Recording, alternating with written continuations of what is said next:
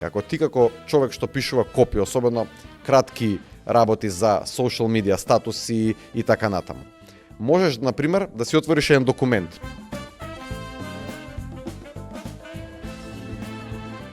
Да речеме дека документираш, идеално по мене би било, 2-3 месеци работа. Ако имаш контент планови од претходно со години што си ги продуцирал, сите тие работи можеш да ги земеш, можеш да му ги даеш на некој систем за вештачка интелигенција да му кажеш: ова ми е мене стилот на изразување. Анализирај го се во ова што сум ти го дал до сега, фати ми го тонот на изразување и со мој тон на изразување направи ми дополнителни објави за ова и ова. Тоа е феноменален начин како можеш да го истренираш моделот да не звучи роботски.